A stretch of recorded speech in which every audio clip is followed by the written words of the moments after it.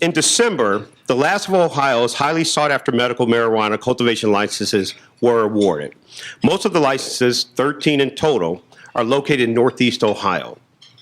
Whether fully legalized or only available with a doctor's recommendation, cannabis has had a big economic impact in other states. For example, in Colorado alone, the legal marijuana industry had a $2.3 billion impact in 2015 alone, creating over 18,000 new jobs.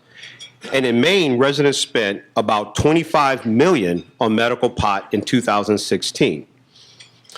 In Ohio, as Ohio began announcing the winners of its first medical marijuana licenses in the state, businesses began to immediately seek opportunities to work with the state's future cultivators and dispensaries. Those in Ohio already seeing dollar signs are recruiters. We met one today, specializing in hiring for cannabis businesses, that's a tough one, real estate agents, and professional development associations. I'm sure many of you in this room are here to hear about opportunities within this field, because it's going to be a growing field, and you're going to probably hear about it as the speakers come up. Here today, we have 3 experts who will share with us the conditions that are treatable with medical marijuana, the jobs that the industry will create, and the legal ramifications of this new state law. After the presentations, we're going to invite them up as a panel for questions and answers. So as you're listening to the presentations, please jot down a few questions. And then we're going to actually invite Mel KURTZ from GrowOhio.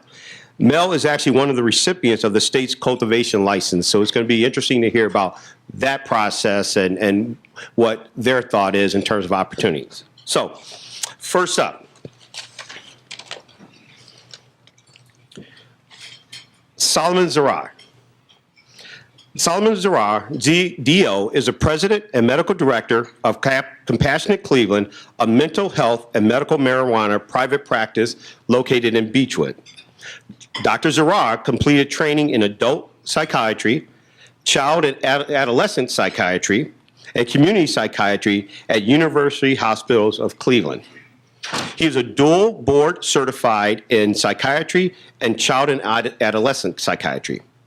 Currently, he is an assistant professor of psychiatry at Case Western Reserve University School of Medicine and associate professor at Baldwin Wallace University. Please join me in welcoming Solomon ZARAA to the stage.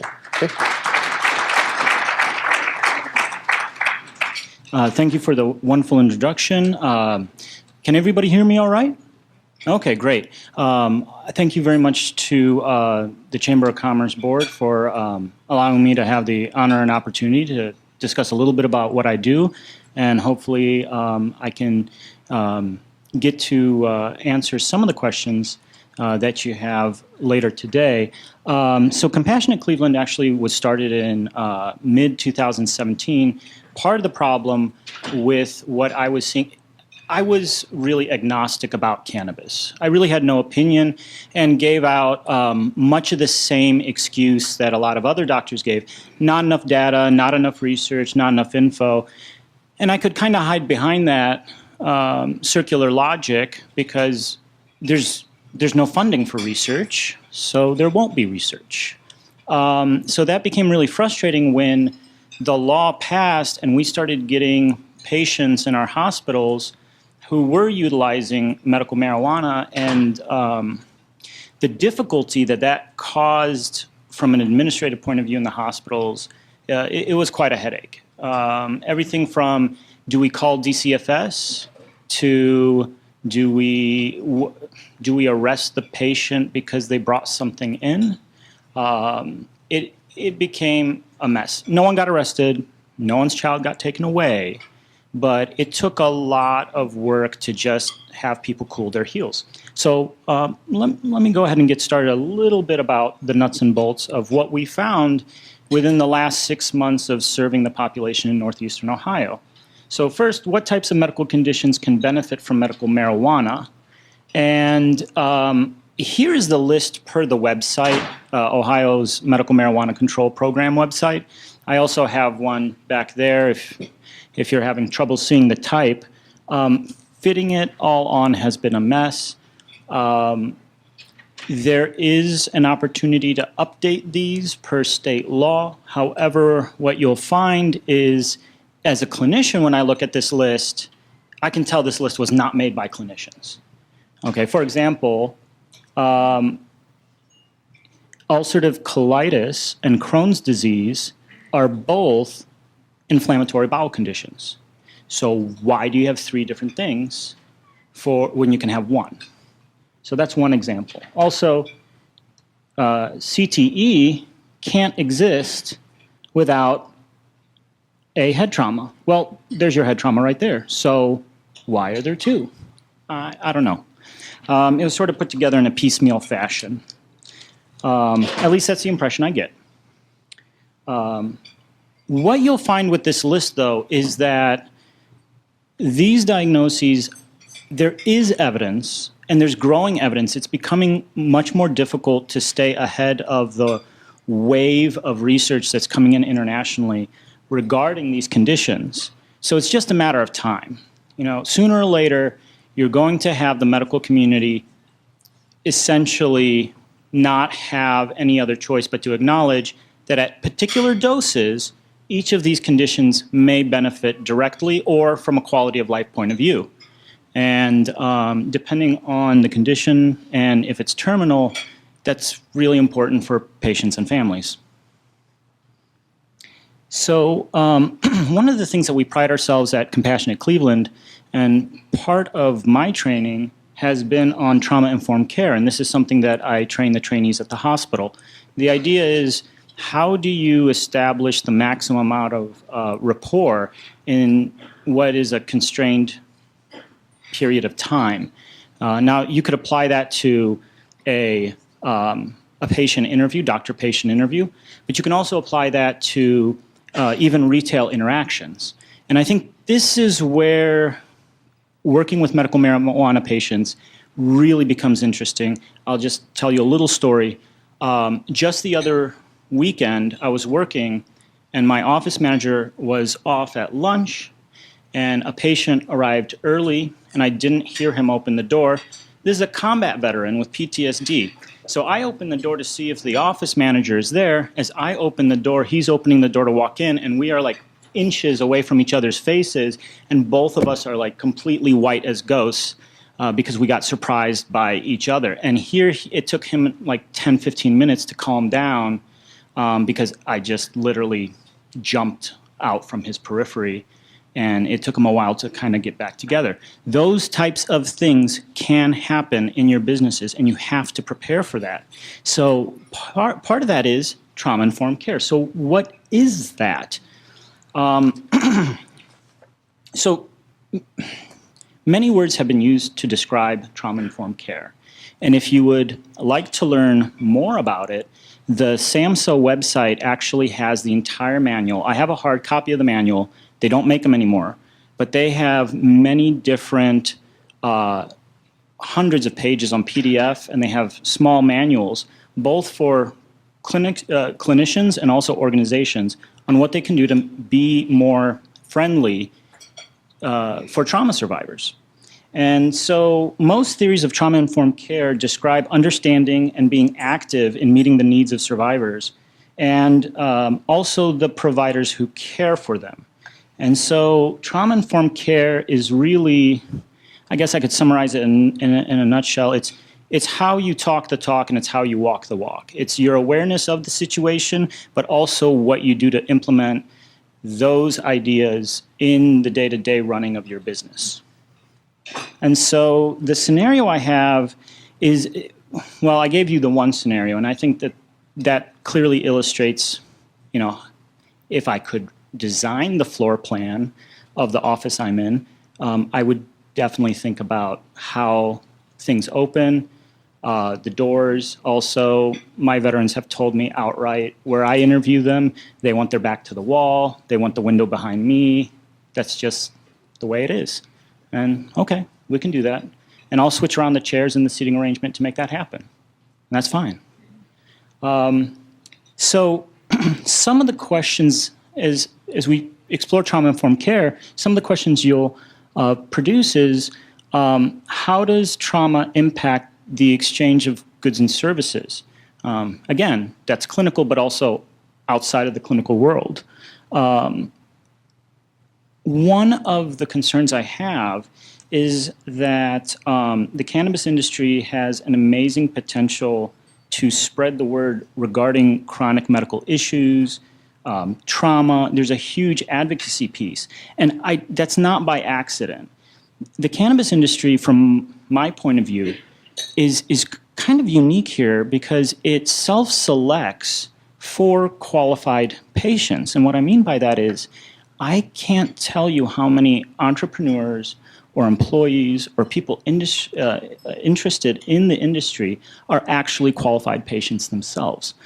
Well, the difficulty is that if you're catering for a clientele that includes trauma, and if you look at the criteria for qualifying in Ohio, what you find is a lot of those conditions actually are associated with PTSD. There's about a 30% rate of PTSD just from getting a cancer diagnosis and going through that process with your family. So being that that's the case, trauma-informed care really is the assumption that I'm standing in front of a group of people, I'm nervous, but I know there's a specific percentage of you in this room that have experienced either direct or indirect trauma. People working in mental health, medicine, social work, they're very well aware of caregiver burnout. Another word for that back in the day used to be vicarious trauma. So you do have to be aware of that. The thing about an industry that self-selects a little bit like that, and even in the advocacy realm, what you see is whether it's political advocacy or whether it's business networking, you see people who have these diagnoses. The challenge is then is you have an organization where the bosses and employees, coworkers, and clientele are going to experience higher rates of chronic medical issues and potentially loss and grief. So I don't know if you've ever experienced the loss of a coworker, but that's going to become much more common if you employ these qualified patients. So I know one of the topics out here is how do you manage and how do you navigate hiring a qualified patient? I think a greater issue is as you hire qualified patients, do you know what their needs are? And as qualified patients or clientele get more ill or pass away, do you have a creative way to tap into that and allow your staff to go through the healing process? Are you a support in that process, or is it just another stressor that they have to get up and go to?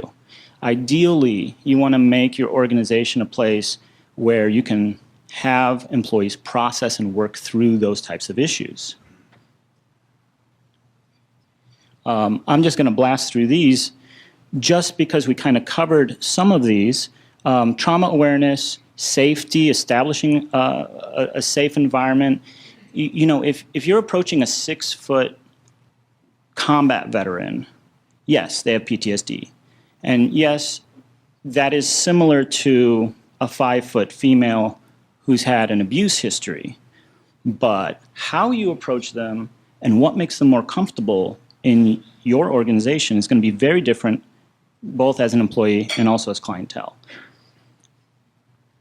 So choice and empowerment is really important. You have to make sure that some aspects of what happens when there's a poor outcome in your organization, it has to be talked about. It has to be out there.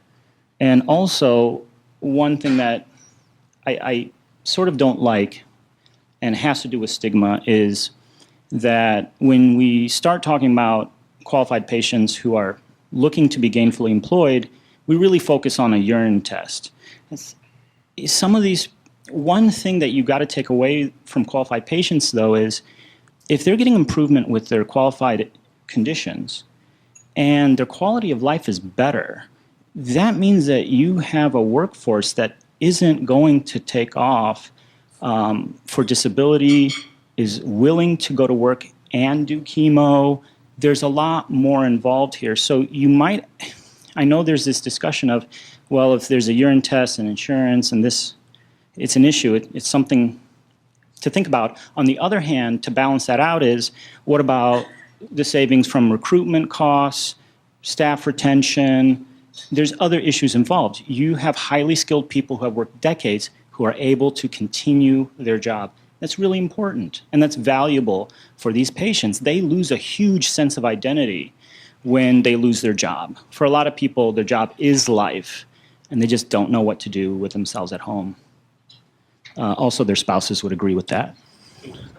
Finally, how do we reduce the risk and increase the benefit of medical marijuana? Well, one step is having conversations like this, reducing stigma, opening up the conversation between just regular non-clinical people, business folks, but also in the clinical world. And each of those categories of people have their own stereotypes and conceptions about, or misconceptions about medical marijuana.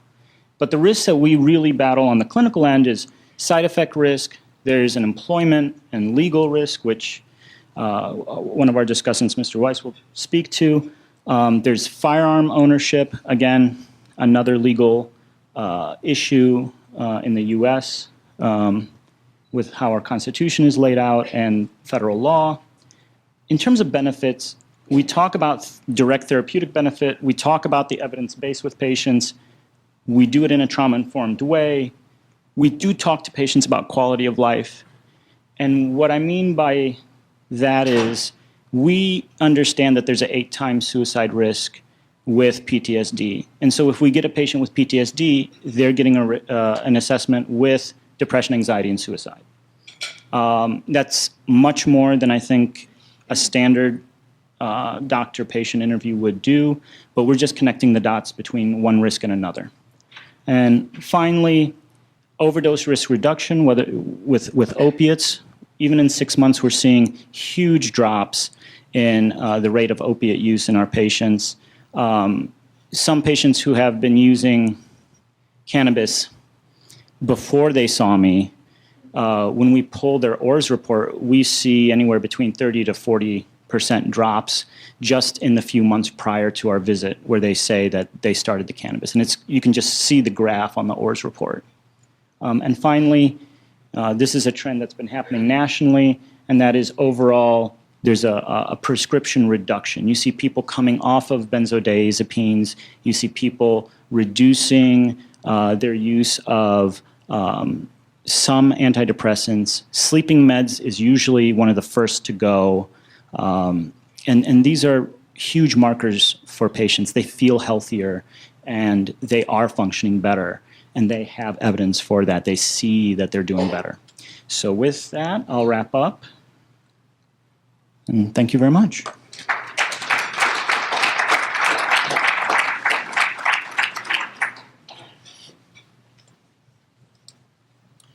Okay, thanks, Solomon. We'll have you back up here real soon. Our next speaker today is Jacob Wagner. Jacob Wagner is an attorney and MBA based in Cleveland, Ohio. Oh, he currently serves as the Dean of Instruction and Student Services at the Cleveland School of Cannabis. He is also the former co-founder, general counsel, and chief petitioner of Legalize Ohio in 2016. Jacob was the author of Legalize Ohio Cannabis Control Amendment and contributed to very early drafts of medical marijuana legislation in our Ohio State House. He has appeared in local, national, and international media, including BBC, NHK, Huffington Post, and NPR. He has extensive experience presenting and lecturing on legal cannabis policies, business, and economics. Jacob received his JD MBA from Case Western Reserve University in 2013. He also received a graduate certificate in design, innovation, and IP management from Case in 2012, and a certificate in international law at the Summer Institute for Global Justice at Ulrich College and University in 2010. Jacob graduated from the Ohio State University with a Bachelor of Arts in English with a focus in creative writing in 2019. In Jacob's free time, he enjoys cooking, hiking, Ohio breweries and sports, and the local poetry and music scene. Please join me in welcoming Jacob to the podium. Today, I will be talking about the Cleveland School of Cannabis and the future of the cannabis industry in Ohio. That includes how businesses can apply themselves in an ancillary fashion, the types of education available at CSC, and the current status and future growth of the cannabis industry and job market, whether the cannabis industry is right for you, and how to invest in the cannabis industry. In terms of ancillary business, my favorite analogy is the gold rush. You're probably familiar with these companies, but what you may not realize is they are gold rush companies. Levi's made the jeans that the miners wore. Wells Fargo provided the banking and financial services. These companies are obviously, extremely successful. And their founders made millions of dollars, but they never touched a single nugget of gold. Ohio is actually already leading the way in terms of ancillary businesses. We have a lot of big companies located here in state. Funk Sack is located in Westlake, endorsed by Snoop Dogg. They make child-proof, smell-proof packaging. Mary Jane Agency does staffing. Canasure, also on the west side of Cleveland, provides insurance to cannabis businesses. Cannabis Business Times is actually located in Valley View, of all places, and they have 3 or 4 of the most successful magazines in the industry. And of course, last but not least, Apex Supercritical in Johnstown, Ohio, near Columbus. They're one of the leading manufacturers of extraction equipment in the country.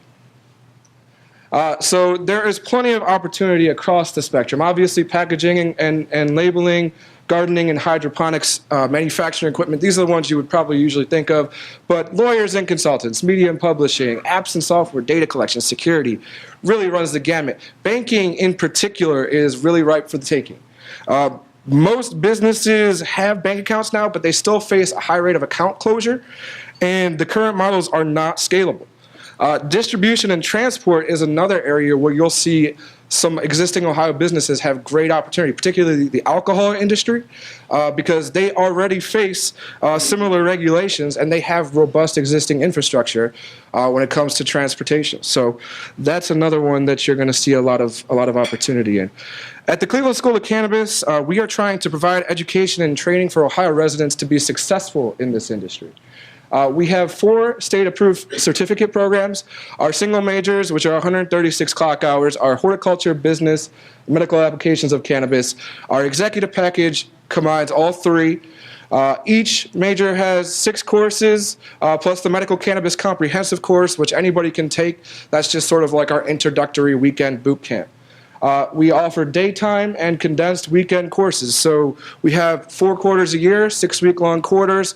All those classes that you could take in the daytime, you can also take them as condensed weekend versions. Same amount of class time, same materials, just over 4 days over 2 weekends. We'll have online courses available hopefully this summer as well, and we're pretty excited about that. Our business program, it isn't just about cannabis. It's very much a foundational approach. The first class you take is Introduction to Business, where you're learning everything from basic life skills to some accounting and finance, all the way to marketing and branding. The next step in that process is either commercial cultivation operations or dispensary operations. Commercial cultivation operations is a part of our horticulture program as well. That's basically where you're learning to grow cannabis at a commercial scale in a legally regulated environment. Dispensary operations is designed to provide all the foundational training required for dispensary employees under Ohio law. You wrap it all up with the business, with the law and policy. And that's generally just how law and policy is made at each level of government, what's working, what's not in terms of legal cannabis, and how do you talk to local elected officials where you might want to open a business and they might be hesitant or skeptical. Our horticulture program, again, not just about cannabis. First class, Introduction to Horticulture, you're learning everything under the plant science sun. Then you go on to cannabis cultivation, which is basically, the basics of growing cannabis, a few plants, in your home, whatever, if you have home growing in your state available, which we don't have that yet here in Ohio. Hopefully we will soon. It's important for patients, and I'm not going to get too far into that, but feel free to ask me later. Commercial cultivation operations, as I said earlier. And then once you've finished our horticulture program as a graduate, you can go on to our Trim for Training program, which is an internship program that we've set up in Southern Oregon with various cultivators out there. You're going to learn all kinds of different ways to grow. We have various program lengths when it comes to our Trim for Training program as well, everywhere from like 2 weeks all the way up to a 3-month program where you're going to actually get paid, and the chances are pretty good that you're going to get a job and just stay out in Oregon. If you're interested in learning more about that, trimfortraining.com. Our final major is our medical applications of cannabis major. The first class in that program is patient navigation. So that's basically taking you from 0 to 100. Your patient, your caregiver, a nursing assistant, what have you, somebody working with patients. You know nothing about cannabis, you know nothing about the law. This will take you to the point where you know nothing to you know how to treat yourself with it, treat your patient with it, you know, the method of administration, the form of cannabis that would be best for you. You know how to advocate with your doctor, advocate with your friends, your family, so on and so forth. The next class in that sequence is our endocannabinoid system class. That is a study of basic neuroscience and a basic overview of the endocannabinoid system, which exists as part of the nervous system in every mammal, and it's something that's not taught in 53% of medical schools across the country. And so our students are actually getting an education that not many people in this country are getting on this. And the endocannabinoid system is proving to be extremely important, and I'm sure Dr. ZARAA has something to say about that in terms of downregulation and homeostasis of our bodies and our bodily systems. Our final class in that sequence is Cannabis Research Studies, which is basically just a deep dive into the existing literature surrounding medical cannabis research. And it also teaches our students how to identify good research, how to identify bad research, and maybe how to conduct research themselves. And as I said, our executive package is all 3 majors plus the 2 electives. Right now, the only electives we have available are extracts and cooking with cannabis, which are both very popular classes. The executive program, as opposed to 136 clock hours for our majors, is about 266.5 clock hours. Takes about 9 to 12 months on average to complete. Single major takes about 6 to 9 months. We also provide education for professionals. Just a couple of weeks ago, we teamed up with Cannabis Expertise to provide a CME for doctors, and in the future, we hope to provide education for nurses and lawyers as well. So before we can start talking about jobs, we have to determine if and when those jobs will be available. The statutory date is September 8th, 2018. There have already been a bunch of delays in getting these licenses out for these different businesses, and there's a potential for further delays when it comes to legal and administrative challenges. But regardless of the legal challenges, they still have to issue licenses for processors, dispensaries, and testing labs. They also still have to make patient registration available. And only recently, I think a couple of days ago, did they finally make doctor registration available. So those last two, are extremely important because without doctors and patients, you don't have any market participants. If you don't have any market participants, the market fails, the industry fails. So another thing we need to consider then is how long does it actually take to grow? According to our lead horticulture instructor, Sam Brinkus, to grow from seed takes about 20 weeks to the point where we're going to actually have flower, and that's just the dried flower itself on the shelves. That's if you start from seed. If you start from clone, which is possible, but we're not sure where cultivators would get those clones, they'd have to be started somewhere, it can cut down to 4 weeks. So that means if you're starting from seed, in order to have plants, or in order to have flower on the shelves by September 8th, you would have to have seeds in the ground by the 13th of April. If you're starting from clones, you would have to have clones in the ground by the 25th of May. It doesn't seem like we're going to meet those deadlines. In fact, I just read an article the other day on Cleveland.com where Andy Rayburn, who was issued a cultivation license in Eastlake, said that they're hoping to have plants in the ground by the summer so that they can meet their deadlines in order to keep their provisional license in September. So it doesn't sound like we're going to have anything available come September 8th. And the processing and lead time for edibles, tinctures, salves, ointments, things like that would add even more time onto that timeline. That being said, there are already jobs available on the cultivation side, though it is unclear when cultivators will begin operations. There are also jobs available for doctors and medical professionals, and we're confident that the industry will be up and running soon and that CSC students will be at the top of employers' lists. Mary Jane Staffing estimates there's going to be over 2,000 jobs directly in the industry here in Ohio. Those jobs include bud tenders, growers, lab technicians, trimmers, master growers, dispensary managers. I mean, it really kind of runs the gamut there, too. New Frontier, which is a cannabis data firm based in Colorado, estimates that there's about 200,000 jobs directly in the industry in the United States at this moment. They're estimating 630,000 by 2025. And these are good jobs. 66% of these workers are full-time employees. Here in Ohio, we're estimated to have about 5 or 6% of the legal cannabis market by 2025, which could translate to as many as 35,000 jobs in Ohio alone. Oh, no, back, sorry.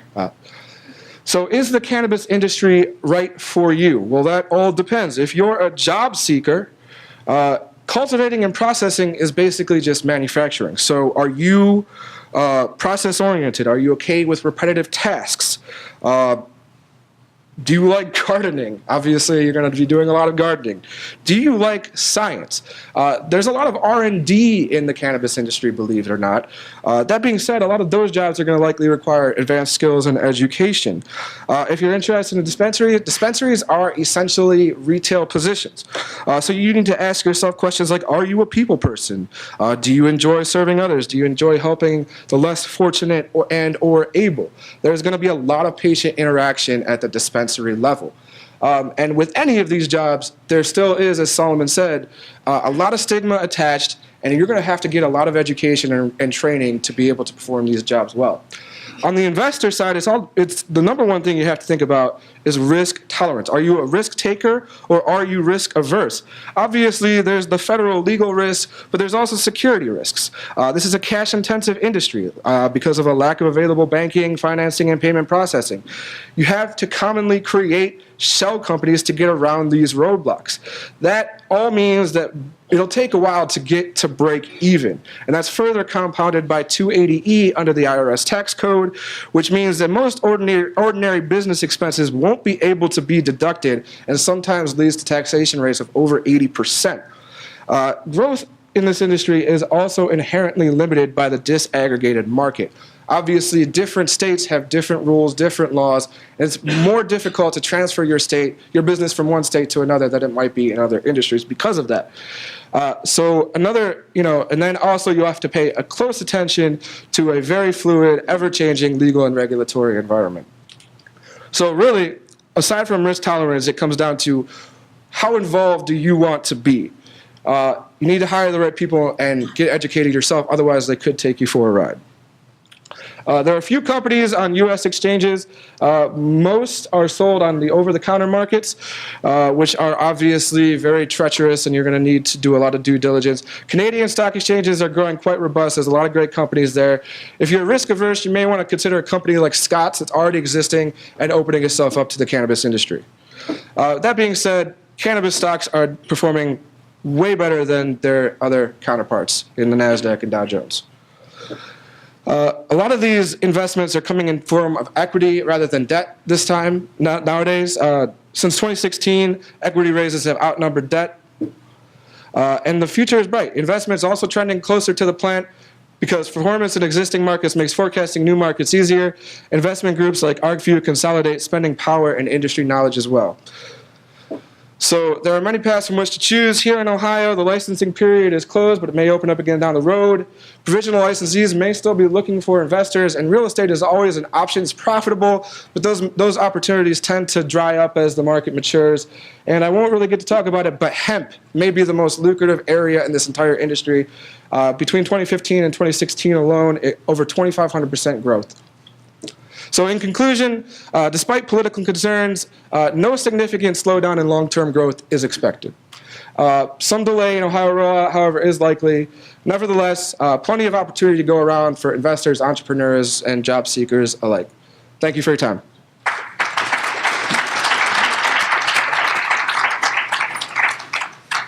Okay, thanks. Great information. And actually, I think Mel is going to have a couple questions coming your way regarding those slides, timeline and those things. I know they're going to come. So let's bring up our last presenter. This is Nick Weiss. We determined no affiliation with Weiss Movers, but we still like to have you come up here. Nick Weiss joined the Gertsburg law firm after several years of practicing civil litigation and as in-house counsel to an international retail corporation.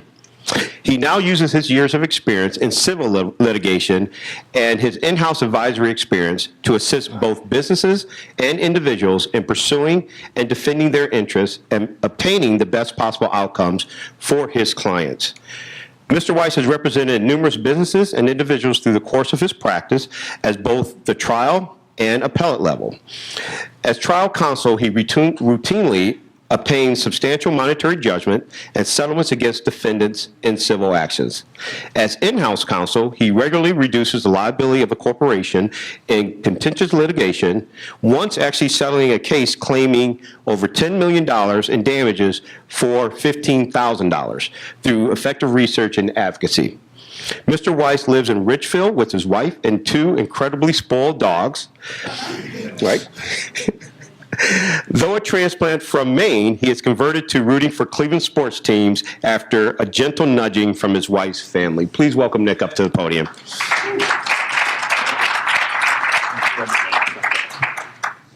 All right, thank you so much, Wayne, for that introduction. Thank you, Steve, and thank you for the Chamber for allowing me to come and speak.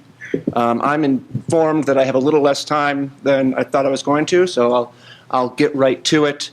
My name is Nick Weiss. I'm litigation counsel for the Gertsburg law firm in Chagrin Falls, Ohio, mostly practicing in civil and business litigation. And for today, for the Gertsburg law firm and what we try to do, the vast majority is not litigation. It is preventing litigation. It is trying to keep businesses out of court and out of disputes before any of that happens. Bearing that in mind, this topic is going to be very important for your business for preventing that kind of litigation. And the reason that that's important is everything that we've said here today and the presenters that came before us talked about is illegal. It is still illegal under federal law, all of this, under what's called the Controlled Substances Act. Marijuana is a Schedule I drug, which means according to the United States legislature, it has no medical use whatsoever. Now, we heard some people say that's not true. Doesn't matter for the purposes of our statutory code. And we have had some states try to get around this blanket prohibition on the use, on the growth, on the cultivation, on the trade of marijuana, medical or otherwise. California was one of them. And the reason I bring this up is as a cautionary tale in case this doesn't go the way that we think it will and that we hope it will.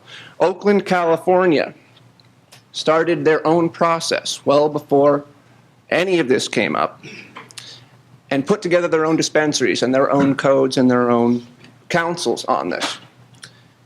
And the Department of Justice came in, even though they had assurances that no one would be prosecuted, and put everyone in jail. I start on that sour note because there are three takeaways that I want you to have from this presentation. The first one being it is still illegal. The second one being what the limitations on those are under Ohio law, and the third being what you can do to protect your business given those first 2 points. Okay. So why can we do this at all? Well, for most of the time that we've been able to do this, we've been able to have medical marijuana at the state level in various other states and now Ohio, not because of any law that was passed in any of those states, but because of the preference of the Department of Justice. A whole bunch of memorandums and guidance came out from deputy attorney generals and attorney generals saying basically this isn't worth our time.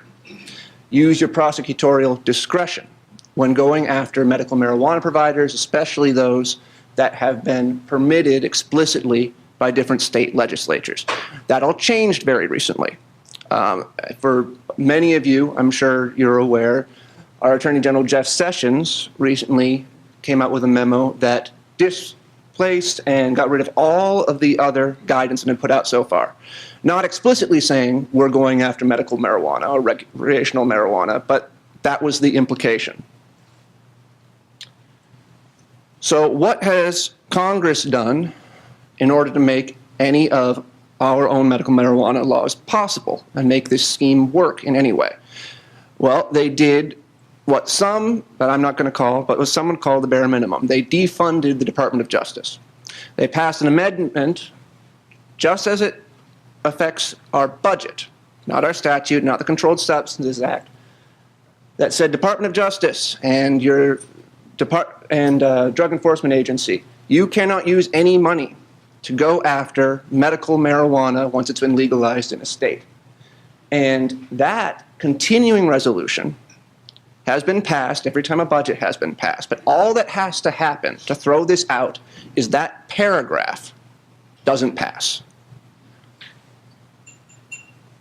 So with that in the backdrop, what has Ohio actually done? Well, what Ohio has actually done is they have established a board of pharmacy and a medical marijuana program that gives guidance and gives rules to how our medical marijuana program will work. Patients with physician recommendation, as we talked about earlier, may use medical marijuana to treat certain qualifying medical conditions. And I do want to come back a little bit to those qualifying medical conditions. They're pretty limiting. Those conditions are only what are enumerated, and our previous presenter talked about that. But there's a reason for that. And for any of you that have been involved in any kind of discrimination or disability litigation or tried to avoid that, whether a person is actually disabled is extremely important. And I give the legislature some credit for at least trying to itemize and define what disabilities would be covered under medical marijuana. So because of these protections that have already been in place, can you still drug test? Even though people are using medical marijuana or will be using medical marijuana with an actual recommendation? The answer is yes. And depending on what your drug policy is, you can do this through many different stages of the employment process. You can do it as a part of the employee application. You can do it if you have a reasonable suspicion that an employee is using drugs. You can use it following a workplace accident if you reasonably suspect that that accident was the result of someone being impaired. And all of this still applies, even if you know and it's been disclosed to you that medical marijuana was being used by that employee. So we know that the Ohio legislature has put out protections for you under Ohio's discrimination laws, under this lawsuit. But how does this affect you on the federal level? The Americans with Disabilities Act, if some of you have been involved in any kind of EEOC dispute, says that you have to reasonably accommodate someone who is disabled or has a qualifying disability, and that can include prescription drugs or any other kind of leave, and this also includes the FMLA. Because marijuana is still a Schedule I drug, this doesn't apply. You don't have to worry about that. So the other things that you can do and that you should do is document. And I'm using workers' compensation as an example. But that reasonable suspicion that someone was under the influence of drugs in a workplace accident is so important. Make sure that if that happens, if there is a workplace accident, that you have documented what happened, when it happened, who it happened to, and most importantly, why someone who is documenting this believes the person might have been under the influence of drugs. Finally, review whatever agreements that you have in place, and I'm going to pick on two in particular. One is any kind of leasing agreement that you have, if you have a commercial lease, if you're leasing property, or even if you have a residential lease, you're leasing to residential tenants. It is possible that you have language in there to the effect of no one can use drugs, you cannot have drugs on the property, you can't dispense drugs, any of that. It's likely that if someone is using medical marijuana because it is still illegal under federal law, that you're in violation of those leases. So at the very least, if you want to allow someone to do that, you need to update that. The other agreement that I want to point out, although there are more, is any kind of lending agreement that you might have. A lot of mortgages contain language that is similar to these lease agreements that prohibit the use, the storing, the cultivation of drugs. And if you haven't gone back there and checked up on this language, and someone with medical marijuana or even an organization that produces medical marijuana is using your property, you're probably in violation of that lending agreement as well. So what should you take away from this, from the new law? 3 things. This is all still illegal. That's number 1. This could go away as soon as Congress doesn't bring back this single paragraph in budget authorization. 2, you have a lot of protections as business owners and as businesses under Ohio's medical marijuana law. And you can use those to protect yourself, but the only way that you're going to be able to use those is point number 3. Make sure your existing agreements and your existing policies, especially your drug testing policies and drug use policies, are up to date. And if you can do that, do it, and that will best protect your business from any kind of retaliation under the law. And that's it. Thank you so much. Okay, we are going to have a short Q&A. I know many of you have probably multiple questions. I like to, because of time, I like to try to make sure that each person gets an opportunity to ask a question or to answer a question. So if you could direct it to a specific individual. I see you come out, yeah. Yeah, and Can he introduce himself? he will, yes. Okay. He will, yep. So we'll have you.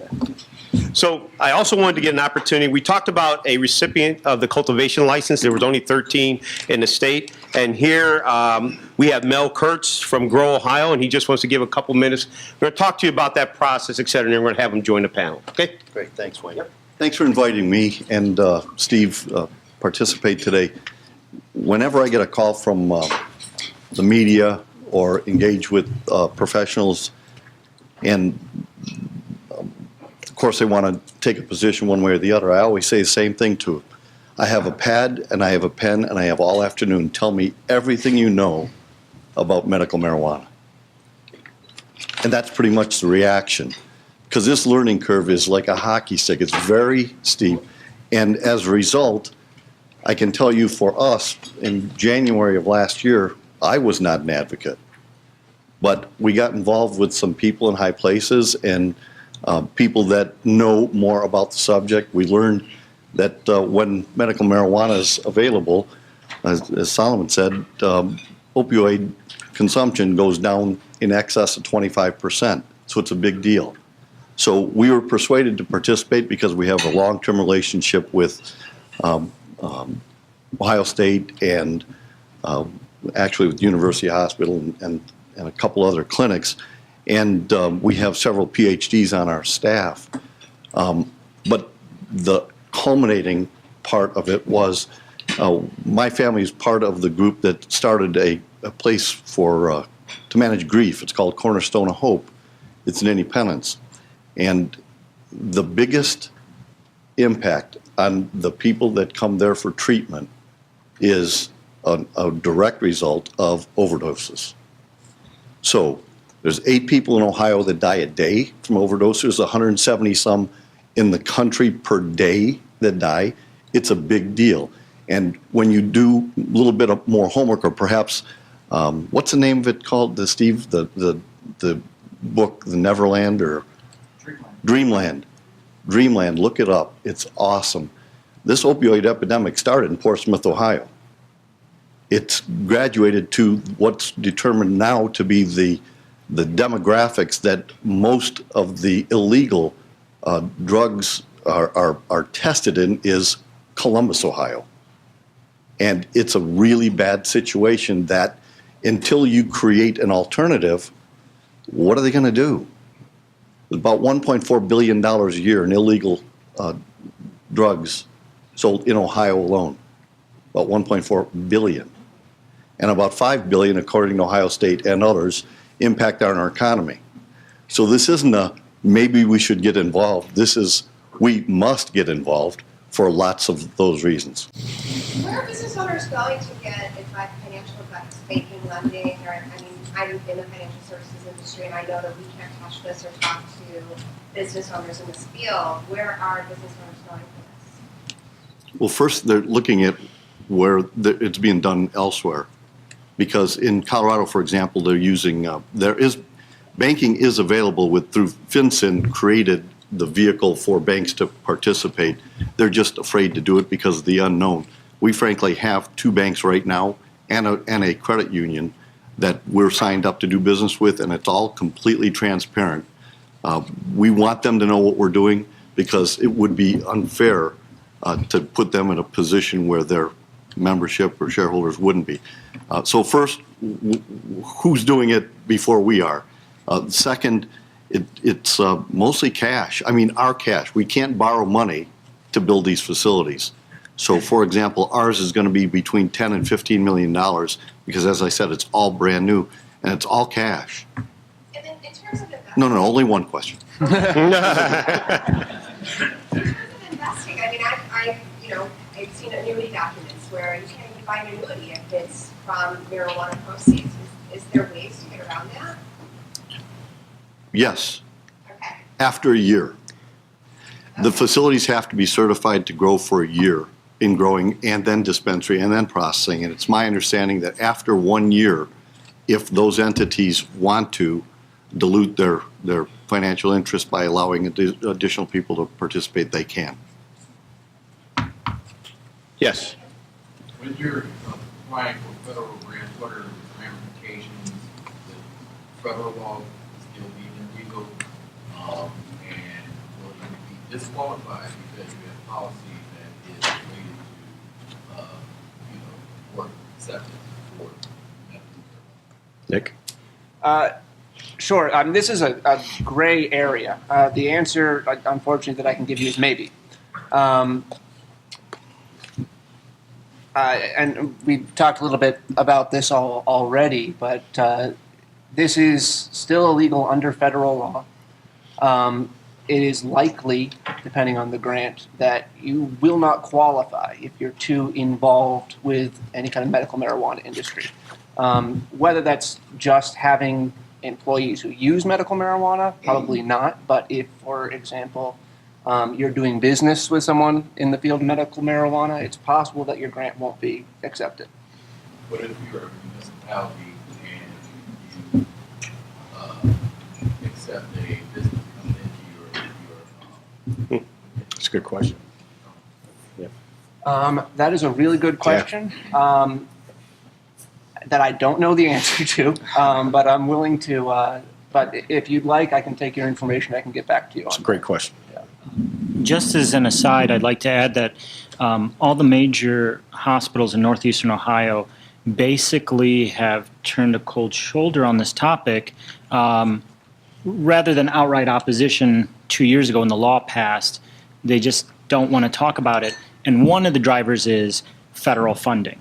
And so there's been this great debate in some of these meetings about, why can hospitals out in California, for example, which have the same funding issues, how can they meet the needs of their patients, but we can't? So there's this great debate about how can you account for and keep the funds separate so you don't run afoul of some of the funding requirements in that sector. And I'm wondering whether there's a way to kind of look at what municipalities have been doing in those states and emulate what they're doing.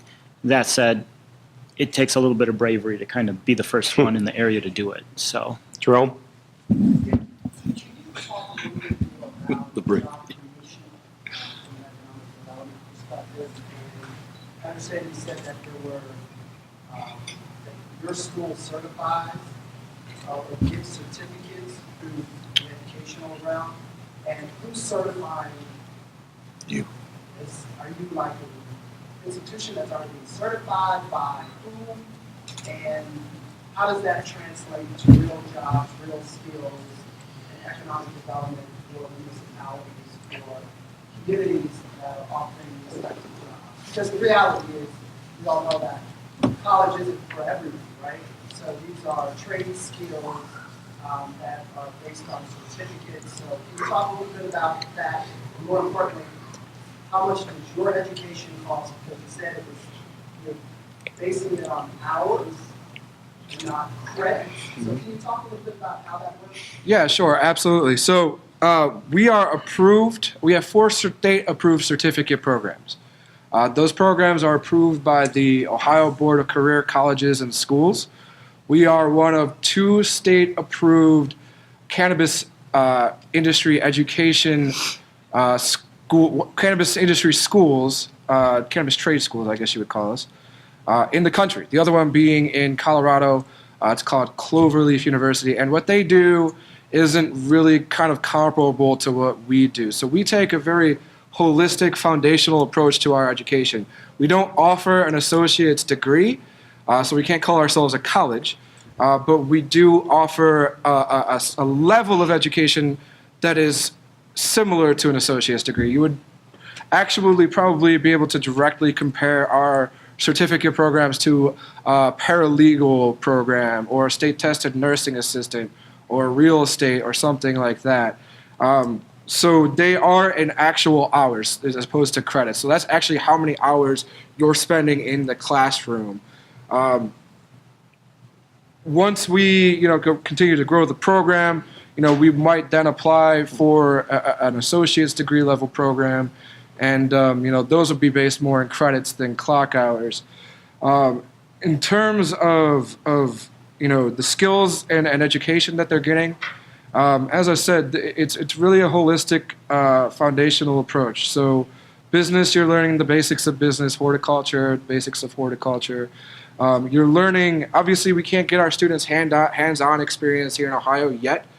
We do hope to be able to do that eventually, but we do have the program out in Oregon. But either way, even if you're not going out to Oregon, we still Skype in with our partners in Oregon and Colorado, so on and so forth, and you're going to get a insider's view on what's going on and how to do certain things, and you're learning things in a way that is really different than anywhere else. Cloverleaf, for example, their programs are all sort of just, one-off, 1 day, 2 day, 2 hour, 4 hour seminars. Whereas ours, our main students that are coming to our weekly classes, they're going to class Monday through Friday. Or if you're coming in and doing our condensed classes, you're there 9 to 5, Saturday and Sunday, 2 weekends in a row. So it's pretty intensive. And you're actually, though you're not getting hands-on experience yet, you are getting a lot of knowledge and training that people in other states aren't necessarily getting.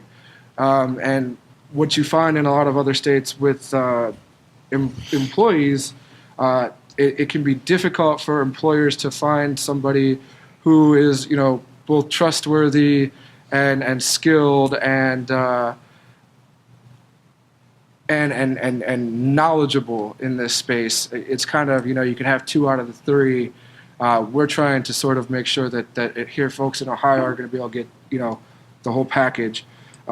Job creation, Well, I was going to say, and that actually leads to a question we're going to ask Mel now, too, so I think it's a perfect segue. We've got this link here. We've talked about recruiters. We talked about schools, et cetera. At the end of the day, your group's going to be hiring people to do this work. So where are you going to find them?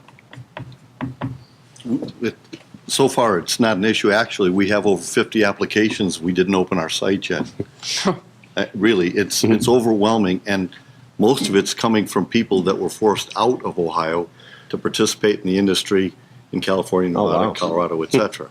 So there's an abundance of talent that's available that want to be in Ohio and left because they couldn't get access to the product and they had a malady that wasn't, they didn't want to take opioids to resolve. And so far, we don't see it as a problem at all. And horticulture, as you know, is a training program, and Ohio's largest industry is agriculture. So And Ohio State's the largest ag research development facility in the country and the largest public university in the country, so I'm good with this. Michael? Yeah, one of the questions I have is the research that's going on in the value of medical marijuana. I think there's still federal law that prohibits research of marijuana. How do you get beyond that so that as a psychiatrist you can actually show that there's actual value occurring? Sure. So what I would tell you is that a lot of data coming from the EU and also out of Israel is very, very proactive in trying to figure out which conditions are useful and also what are the specific dose ranges required and how those dose ranges translate into the effects. And so, for example, there's theories that, okay, body weight changes dosing. But then there's this other school of thought that says, no, no, no, it's not body mass. It's actually body surface area. So if you want to calculate the dose of cannabis required for a particular person, you have to pull out the guide that's usually used by burn hospitals. So you can compare two different sized people by surface area. That's a weird way of measuring somebody. No one does that. So, but again, every few weeks we hop on PubMed and we see brand new articles. What that allows us to do is piece together a picture, whether you're talking about managing one particular pain issue, whether it's neuropathic pain, which is very different from cancer pain, or whether you're talking about PTSD and how you manage that. These are very different conditions, and they do respond differently to not just cannabis in general, but the specific chemicals found in cannabis. And so what is available in the U.S. slowly is the FDA is allowing essentially lab-derived cannabinoids or lab-created synthetics to be tested. And there's,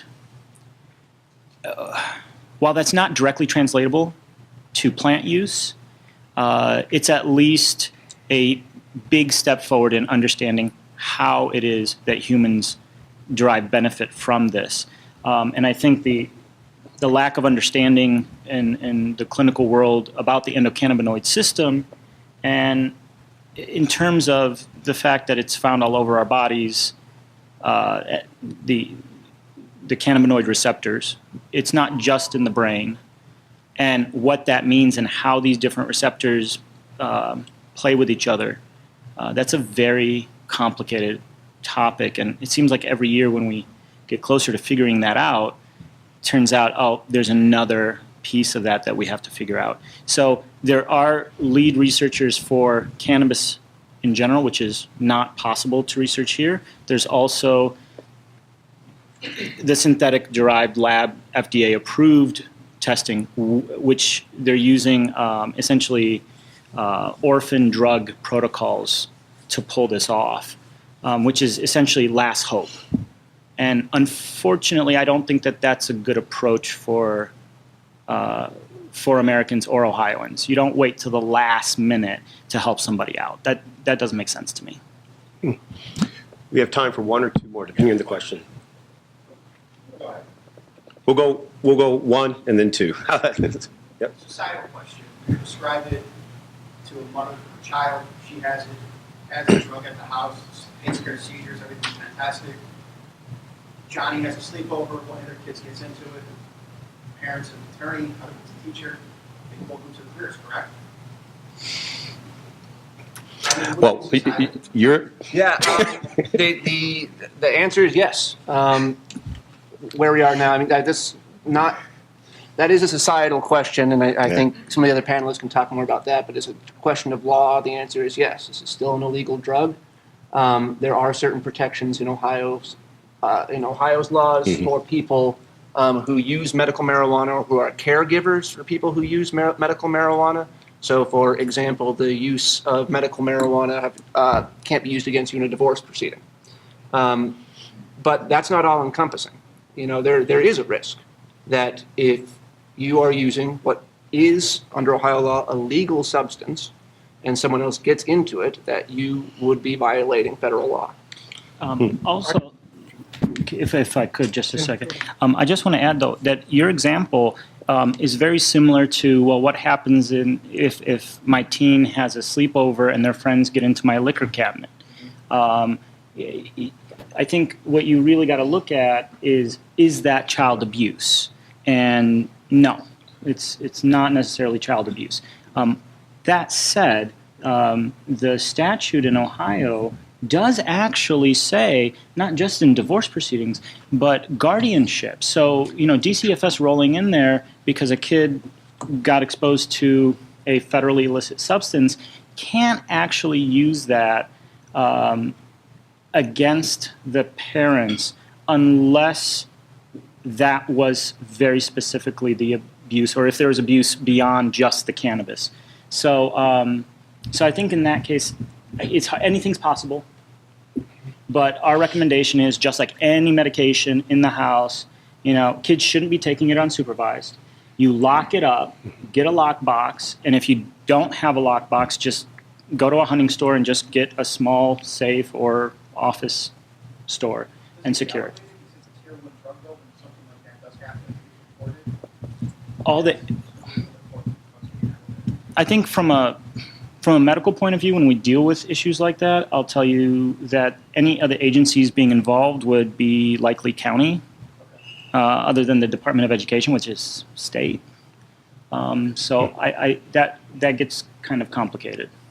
But there's not a federal entity that I think would get involved in that situation. Okay. I have a question on distribution. So you guys are going to be growing here in Ohio. There's 13 different places, you said, that got licensed, I believe. So do you guys plan on opening retail fronts yourselves? And once you do start growing and retail starts opening up, retail storefronts, is there a law in place that demands that you got to buy from one of those 13 growers within Ohio? Or what's to stop it from getting those retail fronts getting their marijuana from California, Colorado, Canada, anywhere else? No, yes, and it would be a problem. Actually, the Department of Commerce is the one that's responsible for rolling the program out, and contrary to what you might have read, our experience with them is awesome. I mean, these people, these public employees, frankly, we would be proud to have any of the ones that we've dealt with as part of our company's infrastructure. They're that good. We're waiting for the announcements for processing. Right now, only the cultivators have provisional licenses that have to be earned based on Commerce coming back out, inspecting your facilities, confirming that you built what you proposed, et cetera, et cetera. So that's for the cultivation. The applications have been in for months now for processing, of which there will be 40, right, Steve? 40 processing licenses in the state of Ohio. Not all of them will be owned or part of a cultivating license. And the final is there's 60, they've agreed to license 60 dispensaries that are also throughout the state. It's not going to be, I mean, there's going to be some that should be here and there are going to be too many over there, but that's the way the program is right now. The Department of Commerce has the ability to amend that and change that as they learn from this whole process, but that's the way it is right now. No, you cannot import it across state line, and no, you can't export it across the state line. Bill KURTZ, Sal Mazar, Jacob Wagner, Nick Weiss, thank you very much for joining us today.